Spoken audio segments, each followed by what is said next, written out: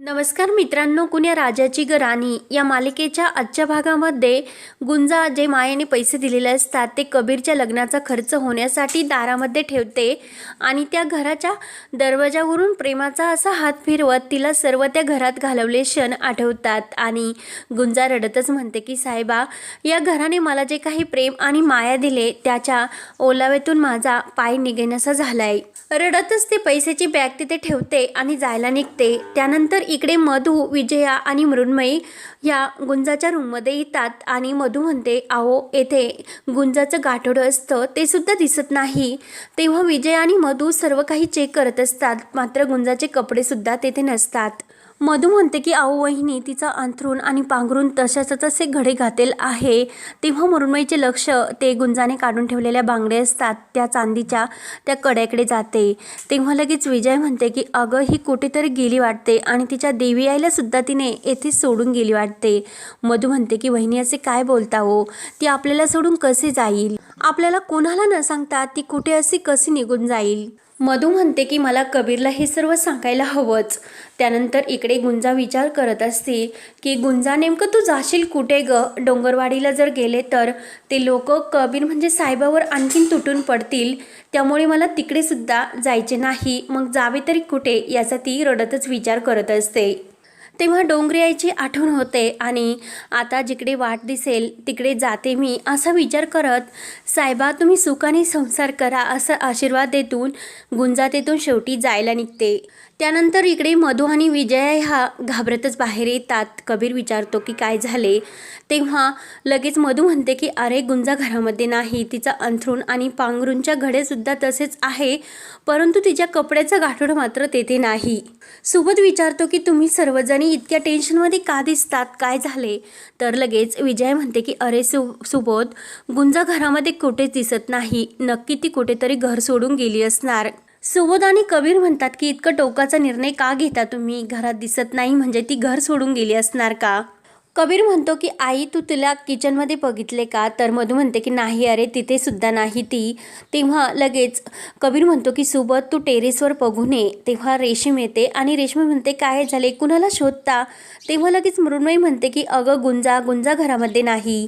रेशीम म्हणते की गुंजा टेरेसवर सुद्धा नाही, मी आत्ता वरच होते। आणि कविता येते, कविता म्हणते की गुंजा किचनमध्ये सुद्धा नाही।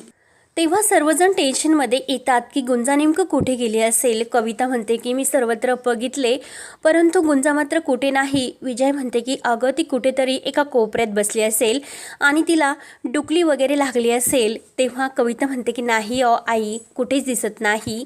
तेव्हा मृण्मयी म्हणते की सकाळी जी चोरी झाली तेव्हा तिच्याबद्दल कुणी काही गुंजाला रागवले होते का? विजय म्हणते की कुठे गेली असेल ही पोर, कुणास ठाऊक। तेव्हा रेशीम म्हणते की अगं आई, गेली असेल डोंगरवाडीला, आईची आठवण आली असेल, येथे मन रमत नसेल म्हणून गेली असेल। तेव्हा लगेच कबीर म्हणतो की नाही, नको, डोंगरवाडीला ती नकोच जायला, कारण तेथे तिच्या जीवाला धोका आहे। तर लगेच सर्वांना धक्का बसतो आणि धोका, तर सर्वजण विचारू लागतात की कबीर, कसला धोका? तेव्हा कबीर म्हणतो की मला आता गुंजाला शोधायला जावेच लागणार।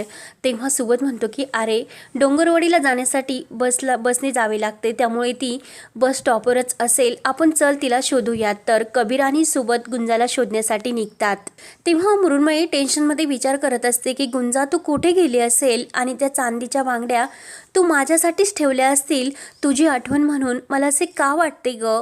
कबीर आणि सुबोध दरवाजात येतात तर जी बॅग गुंजाने ठेवलेली असते त्या बॅगला कबीरचा पाय अडकतो आणि तो पडणार, तो सुबोध म्हणतो की अरे कबीर, स्वतःला सावर।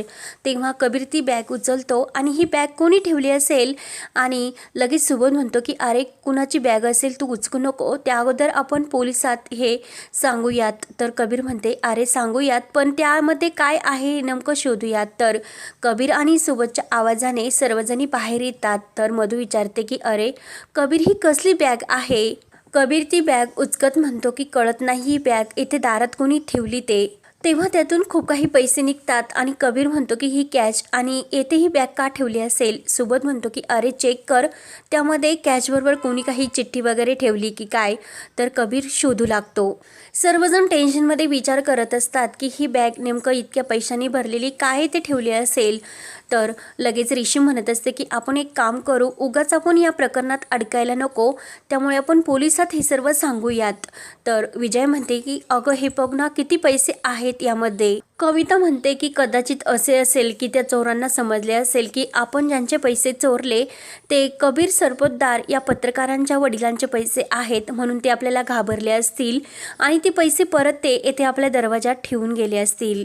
कबीर म्हणतो की असे काही होऊ शकत नाही. तर सुबोध म्हणतो की अरे त्या दिवशी काकांनी 5 लाख रुपयेच बँकेतून काढले होते आणि हे तर 5 लाख रुपयेच आहेत, म्हणजे हे पैसे तेच असणार. सर्वांना ते पैसे तेच वाटतात, परंतु कबीरच्या मनामध्ये मात्र संशय येतो. गुंजासुद्धा घरामध्ये नाही आणि इतक्या वर्षात माझ्या करिअरमध्ये अशा केस ह्या तुरळक घडल्या आहे, परंतु हे पैसे नक्की ते नसतील. नक्की हे काहीतरी नवीनच प्रकरण आहे, आता शोधावेच लागेल.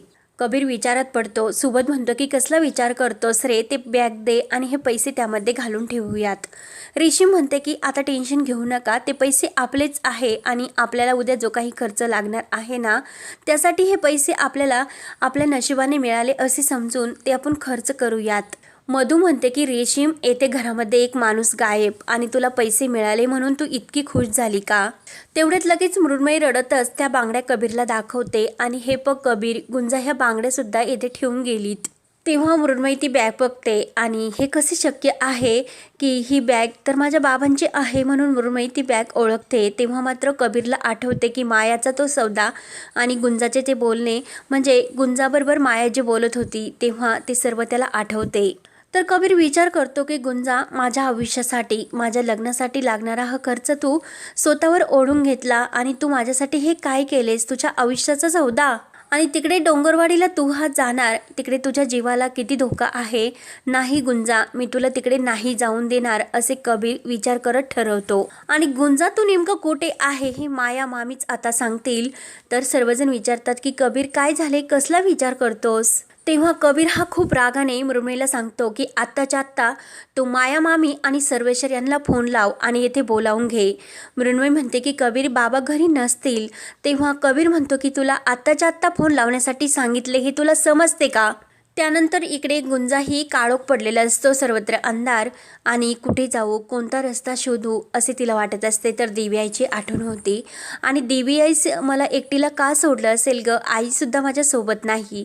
पण देवी आई तू माझ्यासोबत तर आहे ना, मग तूच सांग, मी त्या मायामामीकडून पैसे घेऊन खूप मोठं पापच केले ना, म्हणून तू मला ही शिक्षा दिली ना. तेव्हा देवी आई आता यापुढे मी कुठे जाऊ यासाठी तूच मला रस्ता दाखव, म्हणून देवीला हात जोडते आणि त्या झाडाखालून ती परत उठते आणि जायला निघते. त्यानंतर इकडे सर्वजण सर्वेश्वर आणि मायाची वाटच बघत असतात. तेवढ्यात सर्वेश्वर, माया आणि आजी हे तिघे येतात.